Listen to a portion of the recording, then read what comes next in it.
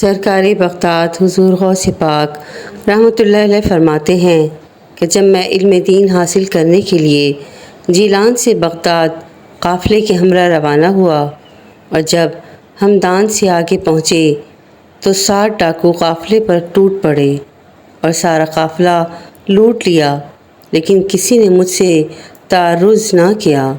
ایک ڈاکو میرے پاس آ کر پوچھنے لگا، اے لڑکے، تمہارے پاس بھی کچھ ہے؟ میں نے جواب میں کہا، ہاں۔ ڈاکو نے کہا، کیا ہے؟ میں نے کہا، 40 دینار۔ اس نے پوچھا، کہاں ہیں؟ میں نے کہا، گدڑی کے نیچے۔ ڈاکو اس راست گوئی کو مذاق تصور کرتا ہوا چلا گیا۔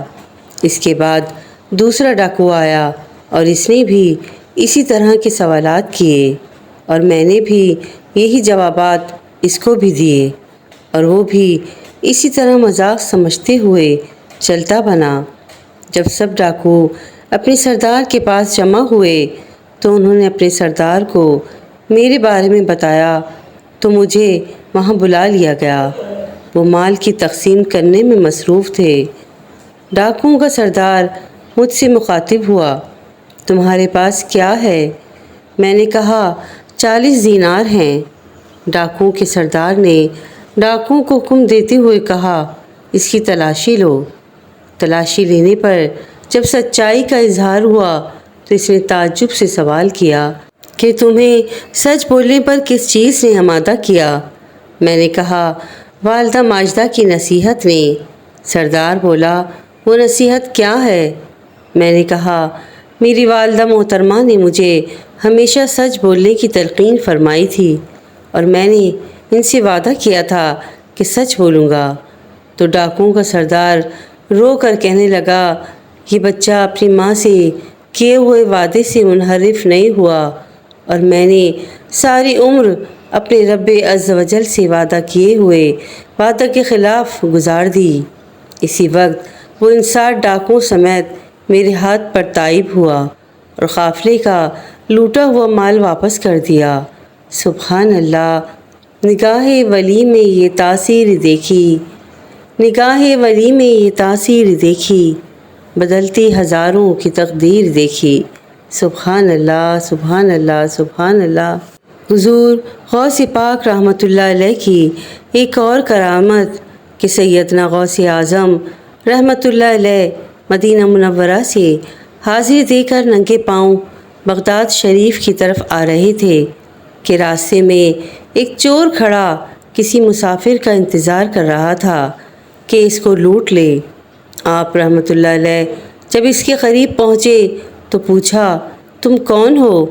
اس نے جواب دیا کہ دیہاتی ہوں، مگر آپ رحمۃ اللہ علیہ نے کشف کے ذریعے اس کی معصیت اور بد کرداری کو لکھا ہوا دیکھ لیا اور اس چور کے دل میں خیال آیا، شاید یہ غوث اعظم رحمۃ اللہ علیہ ہیں۔ آپ رحمۃ اللہ علیہ کو اس کے دل میں پیدا ہونے خیال کا علم ہو گیا تو آپ رحمۃ اللہ علیہ نے فرمایا، ہاں، میں عبد القادر ہوں۔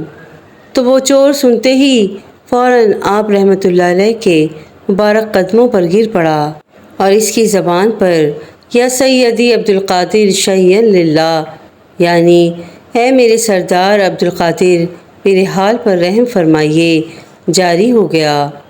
آپ کو اس کی حالت پر رحم آ گیا اور اس کی اصلاح کے لیے بارگاہ الہی عز و جل میں متوجہ ہوئے تو غیب سے ندا آئی، اے غوث اعظم، اس چور کو سیدھا راستہ دکھا دو اور ہدایت کی طرف رہنمائی فرماتے ہوئے اسے قطب بنا دو۔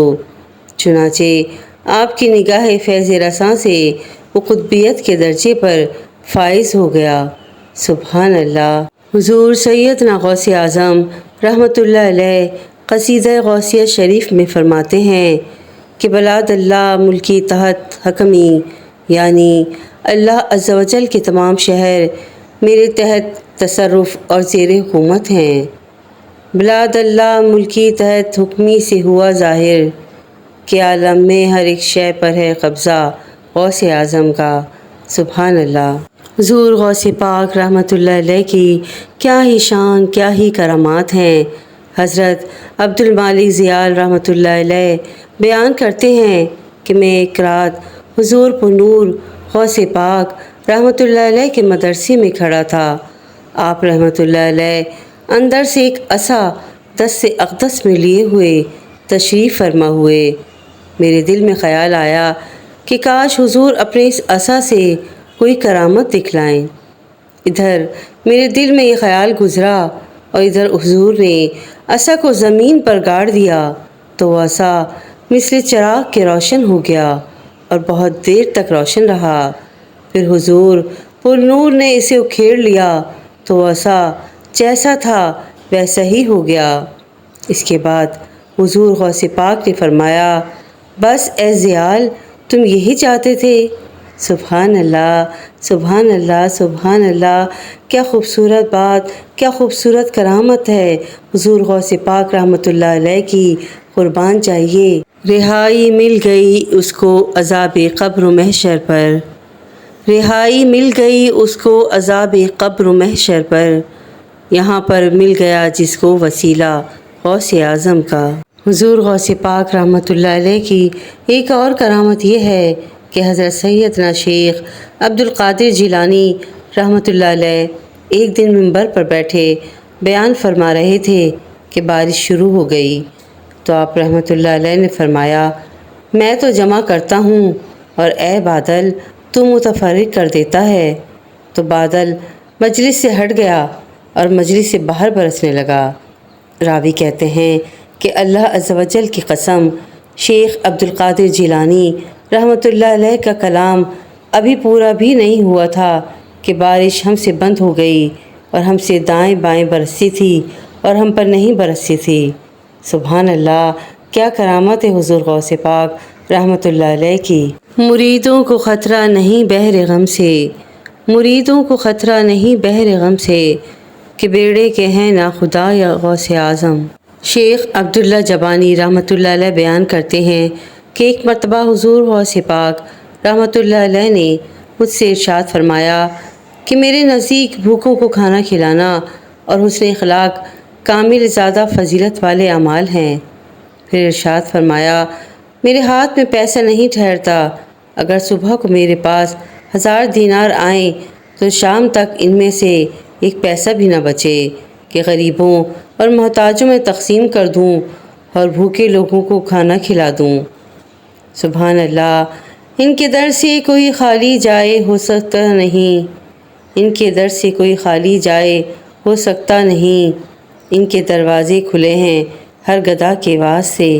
سبحان اللہ۔ اللہ پاک ہم سب کے دلوں میں حضور غوث پاک رحمۃ اللہ علیہ کی محبت عنایت فرمائے اور ہم سب کی پریشانیوں کو حضور غوث پاک کے صدقے دور فرمائے، آمین، اللہم آمین۔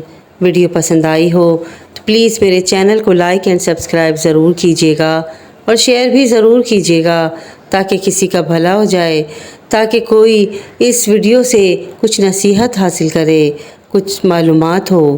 اس لیے آئیے اس ویڈیو کو شیئر کیجیے اور جتنا ہو سکے شیئر کیجیے۔ جزاک اللہ خیراً کثیرا۔